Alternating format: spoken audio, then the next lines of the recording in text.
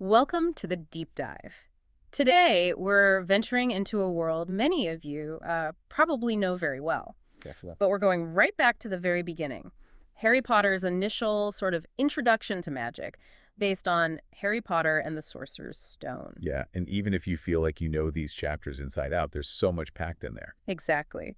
So, our mission today is to really dig into those pivotal moments, those foundational bits that set everything up for Harry's, well, extraordinary education and all the conflict to come. And hopefully uncover some, surprising details or connections along the way. Okay, let's dive in right at the start. Number 4, Privet Drive. The Dursleys. Ah, yes. The book really hammers home how perfectly normal they are, doesn't it? It really does. And it's not just flavor text, is it? It sets up that huge clash, mundane versus magical. Absolutely. It underlines how they're deliberately suppressing Harry's whole identity. And those descriptions. Mr. Dursley at Grunnings, obsessed with drills. Right, the man with basically no neck but a massive mustache. And Mrs. Dursley, so thin, that super long neck, perfect for spying on the neighbors. And then Dudley. Darling Dudley. Yeah, that whole portrayal immediately shows the stark contrast, the world they want versus the magic about to crash in. Mr. Dursley that morning, completely wrapped up in his drill order. While all this weird stuff is starting to happen around him, it's that willful ignorance, isn't it? Clinging to the predictable. Totally. And it starts small, like a cat reading a map. People wandering around in cloaks. Which Mr. Dursley tries to rationalize, of course. And the owls. More and more owls flying during the day. He's trying so hard to pretend it's normal. Some sort of stunt, maybe? It's almost funny, his denial. But these are the first cracks appearing in their perfect normal world. Then the news reports later. Owls shooting stars all over Britain. The magical world is making itself known. Whether the muggles get it or not. And for Mr. Dursley, that's when the panic really starts. He connects it somehow to the Potters. And then the letter arrives, addressed so specifically. Mr. H. Potter, the cupboard under the stairs. That's the direct hit, isn't it? Right at their attempt to erase Harry's past. And their reaction is just frantic. Uncle Vernon burning the first letter. Which is extreme enough. Right. But then moving Harry to Dudley's second bedroom. Yeah. As if that would stop it. Right. Then boarding up the letterbox, nailing it shut. And finally, Vernon sleeping in front of the door like a guard dog. It's pure desperation. It shows their fear, their prejudice. They want normalcy at any cost. And it really highlights how completely isolated Harry is. He has no idea who he is. But it's all useless, of course. Harry's 11th birthday, the hut on the rock, Hagrid arrives. Boom! Just bursts through the door. Enormous guy. Sits on the birthday cake even. Little detail. Squashed cake. Yeah. And we find out he's keeper of keys and grounds at Hogwarts. Harry's just staring, clueless. Hagrid's arrival is the break, isn't it? The magical world literally crashing in. Definitely. And Harry's total ignorance just shows how well the Dursleys did their job, keeping him in the dark. Then the big line. Harry, you're a wizard. And the Dursleys just explode. Petunia's outburst is so revealing. Yeah, her history with Lily, her sister. That bitterness, that resentment of magic. Calling Lily abnormal, it shows this deep-seated jealousy, maybe feeling overshadowed. It really gives you the source of their hostility. And then Hagrid correcting the car crash story. No, Voldemort attacked them. Harry survived. Hagrid doesn't know everything about that night, but he knows something about you finished him, Harry. That's the first real hint, isn't it? Something extraordinary about Harry's survival. It shatters the lies Harry's been told and plants that seed about his destiny. And Hagrid, even though he was expelled, he still has magic, pulls out the Hogwarts letter with his umbrella. Right, and insists Harry is going, over Vernon's shouting. It's the magical world staking its claim. No more Dursley control. Absolutely pivotal. Hagrid's the emissary, making sure Harry gets on that destined path. Okay, so Harry knows. And then Diagon Alley. What an experience for him. Total sensory overload, this hidden, bustling, magical street. And the contrast with Hagrid in the Muggle world is brilliant. The underground, escalators. He's baffled. Yeah, it really highlights the disconnect between the two worlds, even with simple things. Diagon Alley is Harry's real welcome to the magic, isn't it? Total opposite of Privet Drive. For sure. And then stepping into the leaky cauldron. Whoa. Instant recognition. Everyone wants to shake his hand. Doris Crockford, Daedalus Diggle. He's famous, and he has no clue why, even Professor Quirrell. Yeah, Quirrell's nervousness stands out, doesn't it? Especially looking back. Definitely carries a chill. This Fane just lands on him, this 11-year-old kid. It's a huge weight. This ordinary boy in these extraordinary circumstances. People already expect things. Yeah, that's a theme right through. The legend versus the kid just trying to figure things out. Next stop, Gringotts. Down into the vaults. Meeting Griphook the Goblin, seeing all that wizard money, galleons, sickles, nuts. It's a whole different system, Right. a different reality. Hmm. And Gringotts itself feels so ancient, so established, all that security. And then retrieving that package, Vault 713, just described as a small, grubby package. So mysterious. You immediately think, what is that? Why is it so important? It definitely adds intrigue right away. Then the school shopping. Madame Malkin's robes. And the first meeting with Draco Malfoy.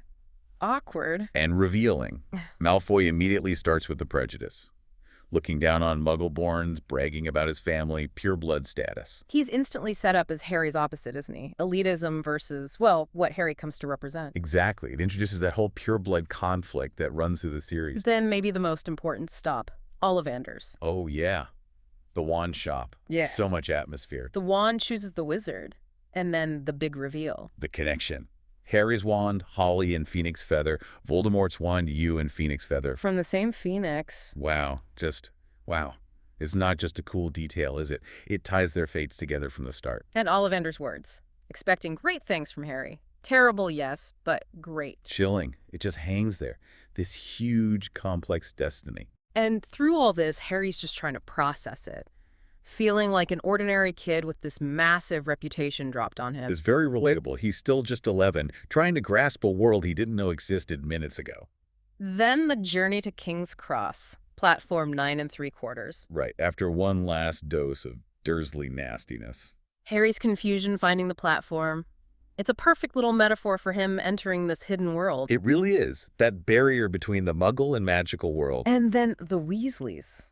Such a contrast. Oh, completely. Mrs. Weasley, Percy being all officious, Fred and George. Instantly spotting the scar, helping him with his trunk. It's his first real taste of warmth, of belonging outside of Hagrid. They represent that family and acceptance he never had. It's a huge moment for him. Then getting on the Hogwarts Express, his first chat with Ron. Yeah, they bond pretty quickly, don't they? Over shared stuff, even if it's Harry knowing nothing and Ron having hand-me-downs. And then Hermione bursts in. Huh. Yes. Bossy, know-it-all Hermione, fixing Harry's glasses right off the bat. And poor Neville, already lost his toad, Trevor. That train ride really sets up the main trio, doesn't it? Their personalities just bounce off each other. Harry's wonder, Ron's sort of down-to-earth insecurity, Hermione's brilliance. And her eagerness, yeah. Contrasting levels of magical ability, too. Ron's spell fails miserably. While Hermione's already fixing things. And Malfoy turns up again, of course, still being snobby about Ron, still trying to get in with Harry. Pushing that pure blood thing again. Really hammers home the social divides. Then the arrival, Hogsmeade Station, the boat ride across the lake. Seeing Hogwarts for the first time, that must have been incredible. Just awe-inspiring, right? The castle lit up, pure magic. Hogwarts feels like more than a school. It's this symbol of history, magic, mystery. Then inside for the sorting ceremony, the Great Hall. Professor McGonagall laying down the law. All the nervous first years. And the hall itself. Floating candles, the ceiling, like the night sky, ghosts just drifting through. And the sorting hat. Singing its song. It's so iconic. Such a unique Hogwarts tradition. We see the sorting happen. Lavender Brown, Seamus Finnegan, Hermione, Harry, Ron, all into Gryffindor. Justin Finch-Fletchley to Hufflepuff, Terry Boot, Mandy Brocklehurst to Ravenclaw. Millicent Bulstrode, and of course Draco Malfoy, into Slytherin. Ron looks so relieved not to be in Slytherin. You can feel the weight of his family being Gryffindors. Yeah, the house reputations are already clear. Gryffindor is where our main group lands. Then the feast. Food just magically appearing. Amazing. And Dumbledore's welcome speech? Nitwit, blubber, oddment, tweak. Huh. Perfectly captures him, doesn't it? Eccentric, maybe a bit mad, but you know there's depth there. Sets him apart immediately. And Harry starts noticing the staff, especially Snape. Yeah, that immediate bad vibe. Snape just seems to dislike him on sight. And Percy chips in with the gossip about Snape wanting Quirrell's defense against the dark arts job. Plants that seed of suspicion about Snape really early on. Creates unease. And then the first potions lesson confirms it. Oh, it's brutal. Snape is just relentless with Harry, those questions about asphodel and wormwood. Clearly designed to humiliate him. then docking points from Gryffindor instantly. And poor Neville melting his cauldron. It's a terrible start for them in potions. Yeah, Snape's antagonism towards Harry is cemented right there. Obvious bias. They go for tea with Hagrid later, and they try to ask about that package from Gringotts, Vault 713. And Hagrid gets all shifty, especially when they mention Snape. Right. It just deepens the mystery. What's the package? What's Snape's deal? Keeps you guessing. Meanwhile, Harry's dislike for Malfoy is just growing. Which leads to the first flying lesson. Malfoy trying to get Harry into trouble. But it backfires. Harry just instinctively dives on the broom and catches Neville's Remembrall. Madam Hooch is stunned. McGonagall sees it. And next thing you know, Harry's the new Gryffindor Seeker, just like that. It's amazing. Shows his natural talent despite knowing nothing about magic before. Yeah, another sign he's not just ordinary. And it gets him involved in Quidditch, which is huge. Then Malfoy tricks them into that midnight duel that doesn't happen. Right, leads them right into trouble. They end up running from Filch. And stumble into the forbidden third-floor corridor. And come face-to-face. Well, face-to-faces with Fluffy, the three-headed dog. Terrifying. Suddenly the stakes feel much higher. What is that dog guarding? Exactly. It kicks off their own investigation, really. Their knack for finding danger. Quidditch practice starts properly with Oliver Wood, explaining the Chasers, Quaffle, Keeper. Harry takes to it instantly, seems like. Yeah, it gives us a deeper look into wizarding culture, too. Quidditch is everything. Then in Charms class, Hermione nails the levitation charm. Wingardium Leviosa. While Ron's waving his wand around like a windmill, shouting, Wingardium Leviosa! Huh. Perfect contrast. Hermione's book's smarts and precision, Ron's more enthusiastic approach. Highlights their different strength. And then Halloween, the troll. Oh, man. The troll in the dungeons, or actually in the girls' bathroom where Hermione is hiding, upset after Ron made fun of her. Right. She's terrified. Harry and Ron hear about it and just run. Pure impulse. They manage to knock it out somehow. But the key thing is afterwards. McGonagall arrives, furious. And Hermione lies. Takes the blame, says she went looking for the troll. Protects Harry and Ron. That's the moment, isn't it, when they really become friends. Properly bonded. Her covering for them like that. Definitely. From that point on, it's the three of them. And this whole incident makes them even more suspicious of Snape. Yeah, they cook up this theory that Snape let the troll in as a diversion to get past Fluffy. Which shows them thinking critically, questioning things, even if they're maybe pointing the finger at the wrong person initially. Then Harry's first Quidditch match. Gryffindor versus Slytherin. Huge deal. And his broom starts bucking wildly, trying to throw him off. He's clinging on for dear life, and Hermione spots Snape across the stands, staring intently at Harry, muttering something. She immediately thinks Snape's jinxing the broom.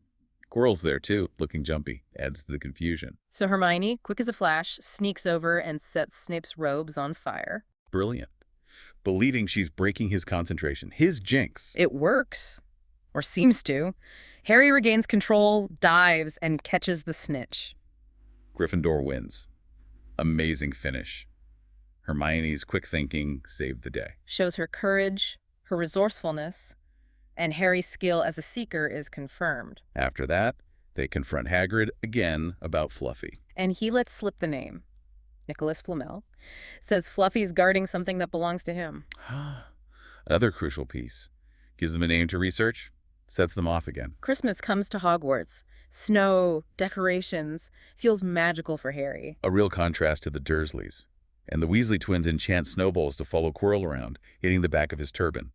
Funny in hindsight. And Harry gets that anonymous gift, the invisibility cloak. Which turns out to be his father's. Yeah. Wow, such a personal, powerful connection to his past. Yeah. And incredibly useful. He uses it to explore at night and finds the Mirror of Erised. That's a deep one. The mirror that shows your heart's deepest desire. Harry sees his parents. Standing beside him, it's heartbreaking. And Ron sees himself as head boy, Quidditch captain, holding the cup. Shows his own desires, his insecurities maybe. Dumbledore finds Harry there eventually and explains the mirror. Warns him not to waste away in front of it, forgetting to live. Such important wisdom about longing, reality, the danger of getting lost in dreams. Things get tense again with the next Quidditch match. Snape is refereeing. Unbelievable. And he's totally biased against Gryffindor, naturally. Ron and Hermione are furious, muttering about jinxing Snape from the stands to counteract him. Shows their loyalty. Then Harry overhears Snape talking to Quirrell in the Forbidden Forest. Right, a clandestine meeting. Snape sounds like he's pressuring Quirrell, asking if he's figured out how to get past Hagrid's beast. And Snape seems suspicious of Quirrell, mentions his loyalty, makes things even more confusing about who's after the stone. It raises the stakes again. Yeah. Confirms the stone is the target. They go back to Hagrid, armed with this new info about the stone. And Hagrid finally confirms it. Yes, Fluffy is guarding the Sorcerer's Stone, and yes, Nicolas Flamel is involved. They're getting closer to the truth. Then Hagrid tells them about Norbert, how he won a dragon egg off a stranger in the Hogshead pub. A hooded stranger playing cards. Oh, Hagrid. And in his excitement about the dragon, he admits he told the stranger how to calm Fluffy down. Just play him a bit of music, Hagrid. Yeah. He basically gave away the key security measure. So naive, but so crucial. Now someone knows how to get past the first obstacle. Norbert hatches, causes chaos, bites Ron. They decide they have to get rid of him. Right, send him to Ron's brother Charlie in Romania, which means smuggling a baby dragon up to the tallest tower at midnight. Using the invisibility cloak, what could possibly go wrong? Classic rule breaking for a good cause. Or what they think is a good cause. But Malfoy sees them, overhears them, and reports them. So Harry, Hermione, and Neville, who try to stop them leaving, get caught. And Malfoy gets detention too for being out late. Detention in the Forbidden Forest. At night. With With Hagrid, searching for an injured unicorn. This is where it gets really dark. They find the unicorn dead and see a cloaked figure drinking its blood. Horrifying. Then Ferenz the centaur appears.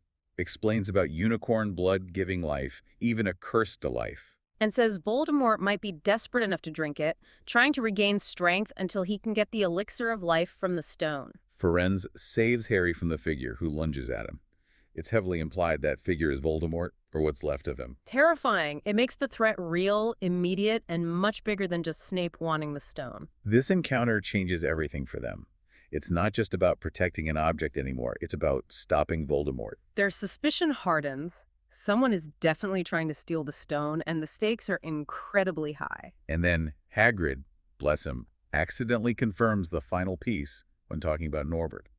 He mentions the music thing again. Right. He tells them he told the stranger how to calm Fluffy. They now know exactly how the thief plans to get past the dog. And just then, Dumbledore gets called away to the Ministry of Magic. Urgent owl. Very sudden. Too convenient. Harry thinks so. He's convinced Snape arranged it. So they decide. That night, they have to go. Dumbledore's gone. The thief knows how to get past Fluffy. It's up to them. They decide to go through the trapdoor themselves to stop Snape, as they believe, from getting the stone. Their journey down there is iconic. First, Neville tries to stop them, being brave in his own way. Hermione has to use the full body bind curse on him. Petrificus totalis. Sorry, Neville. Then Peeves tries to give them away, but they manage to trick him. Mrs. Norris doesn't spot them. Down the trapdoor they go. First obstacle, Devil's Snare. Hermione remembers how to deal with it, needs light and relaxation. Next, the chamber full of flying keys. Harry has to use his seeker skills on a rickety old broom to catch the right one. Brilliant test for him. Right. Then the giant chessboard. Where Ron takes charge. He's amazing at wizard chess. And he sacrifices himself. Lets the White Queen take him so Harry can checkmate the king and move on. Such a brave, selfless moment. Shows Ron's courage and strategic mind. He really comes through. Harry goes on alone, reaches the final chamber, but it's not Snape waiting there. It's Quirrell. Stuttering, nervous Professor Quirrell. And Quirrell drops the act, reveals he was the one trying to get the stone all along. Snape was actually trying to stop him, suspecting him. And the truly horrifying reveal. Quirrell unwraps his turban, and Voldemort is living on the back of his head. Like a parasite. Grotesque. Chilling. Voldemort's have been in the castle all year, right under their noses. Quirrell explains Voldemort needs the elixir of life from the stone to create a new body. The Mirror of Erised is the final protection. And the mirror's magic is clever. Only someone who wanted to find the stone but not use it could get it. Quirrell just sees himself presenting the stone to Voldemort. But Harry? Harry looks in the mirror, and his deepest desire is just to find the stone to keep it safe from Voldemort. So he sees himself pulling it out of his pocket in the reflection. And feels it drop into his actual pocket. Mm-hmm. The mirror recognized his pure intent. Amazing magic. Quirrell realizes Harry has it. Voldemort orders Quirrell to seize him. But when Quirrell touches Harry's skin, it burns him.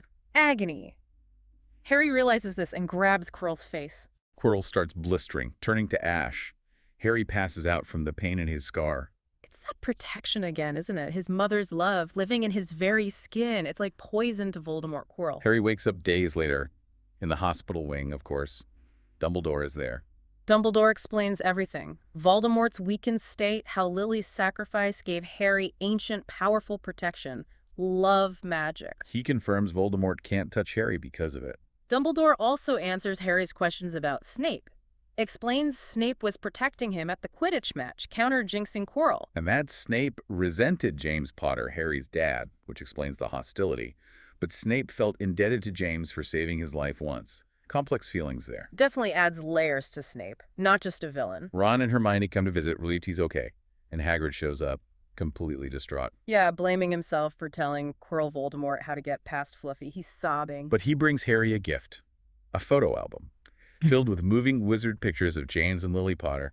Oh, that gets me every time. Such a thoughtful, perfect gift for Harry. A connection to the parents he never knew. Finally, the end-of-year feast. The Great Hall is decked out in green and silver. Slytherin has won the House Cup. Looks like it anyway. But then Dumbledore stands up. A few last-minute points to award. He gives points to Ron for the chess game, Hermione for her logic with the potions puzzle, which we skipped over but was another obstacle, Harry for his nerve and courage. And crucially, 10 points to Neville Longbottom for having the courage to stand up to his friends. Which ties Gryffindor with Slytherin. Then Dumbledore awards Gryffindor the House Cup. The hall erupts in red and gold. A brilliant, triumphant end to a completely insane first year. Totally satisfying. Rewarding their bravery, friendship, everything they went through. So, wrapping up this deep dive into Harry's first year, his immersion, we've seen those crucial friendships form, the dangers he faced, the mystery is starting to unravel. Yeah, hopefully highlighting some specifics like how they got past the obstacles, the complex character relationships right from the start, and those early hints of the bigger conflict. These experiences were just so foundational, weren't they? Shaping Harry's whole journey, the whole series arc. Absolutely pivotal. And considering all that, what questions still linger for you? What about Harry's future beyond just surviving this first encounter? Right. And Voldemort's return, how will that ultimately play out? Are there other little details in these early chapters that might mean more later on? Things you might only catch on a reread, perhaps? It definitely invites you to go back or keep reading and explore those threads further. There's always more to discover in this world.